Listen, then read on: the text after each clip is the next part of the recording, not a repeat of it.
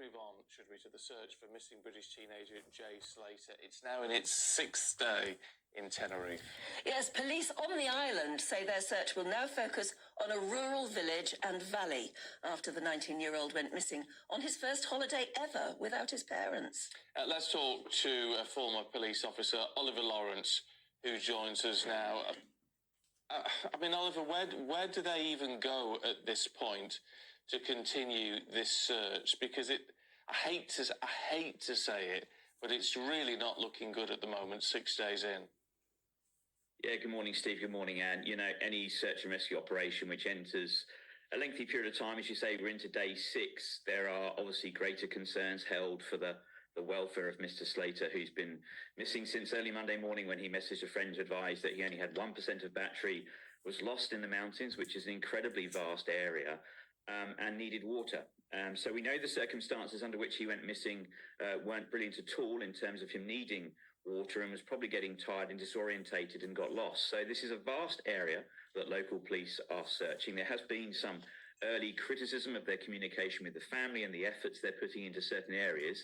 And obviously we know, as of the last 24, 48 hours, Lancashire Police have reached out to local authorities to provide some level of assistance. That assistance has been turned down at the moment, and the search continues. But as this goes on, obviously the concerns begin to grow as to the welfare of Mr. Slater.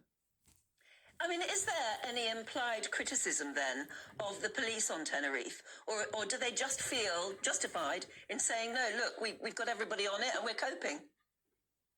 I think every police service deserves the right to assess a situation in their own right. They believe they've got the resources to carry out this search and rescue operation. It is an incredibly vast area which needs to ultimately be grid searched very painstakingly during daylight hours, because after night you're going to miss things. Obviously they're using helicopters and dogs and resources that we've seen been used in other search and rescue operations in the last few weeks overseas with other cases.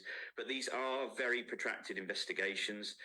Obviously what doesn't help is the size and scale of the area. An 11-hour walk Mr. Slater was looking at, and to get disorientated in such a complex area means the task is even greatly difficult for police to try and identify where he is, with so many areas where he could be, potentially sitting there waiting for support.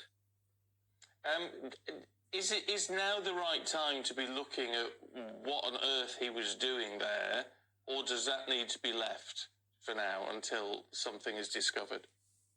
So I think there'll be 2 phases to this, Stephen. There will certainly be an investigation going on in the background in trying to identify what was he doing leading up to his disappearance, the people that he was with. Obviously, 2 British expats who've travelled back to the UK were interviewed by local authorities. So obviously the story and the picture of developing of him being at this event over the weekend, that story has been developed. And obviously at the moment, the hypothesis that the police appear to be working with is that he's trying to obviously navigate his way back home and has got disorientated en route. But obviously, you know, the police will be keeping all their options open. But at this stage, I think it's a search and rescue operation. Hopefully, Mr. Slater is found alive and well. But as you say, Stephen, as the days go on, one has to consider whether this becomes a recovery operation. Unless something happened. I mean, where he was last seen, or one of the last sightings, was where he was meeting up with 2 other, I think, British men.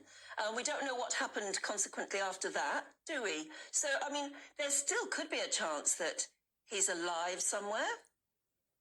Yeah, very much so. You know, there's been some incredible stories over the years of people's resilience being out in the open air in the evening. It does cool down during the night time, but that can provide challenges if you're not hydrated. But he is a fit and young, healthy young man, obviously an apprentice bricklayer. So he's going to be fit and healthy, but still there's some challenges out in the environment. So, you know, his parents and his mother has pulled away from helping with the search. She's obviously incredibly concerned herself and terrified, and our thoughts are with her at this moment, because it will be a very, very difficult time for their family to navigate. But hopefully in the coming hours and days, the police will be able to provide us more information and find Mr. Slater alive and well. Well, let's hope so. Oliver, good to see you. Thank you.